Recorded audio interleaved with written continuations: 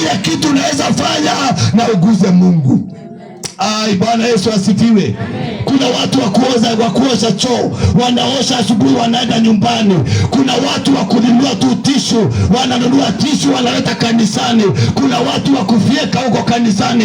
Kila mtu kuna kile Mungu amekuitia kukifanya. Wewe fanya kile unasikia ndani yako kinamguza Mungu, na mpaka Mungu aachilie neema yake kwa maisha yako katika jina la Yesu. Kama ni mimi, wewe ningeinua mkono niseme amen.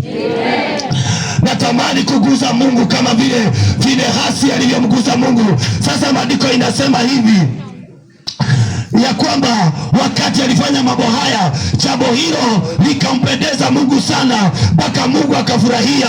Na Mungu alipofurahia akasema na Finehasi mambo yake yasidharauliwe, kwa sababu amechokifanya, amezuia maovu kwa kabila la Israeli.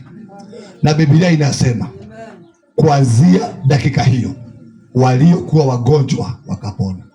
Amen. Haleluya. Bwana Yesu asifiwe. Nataka nikuambie, ni wewe utaponya kanisa. Haujanisikia? Nasema ni wewe utaponya kanisa. Nasema ni wewe utaponya kanisa.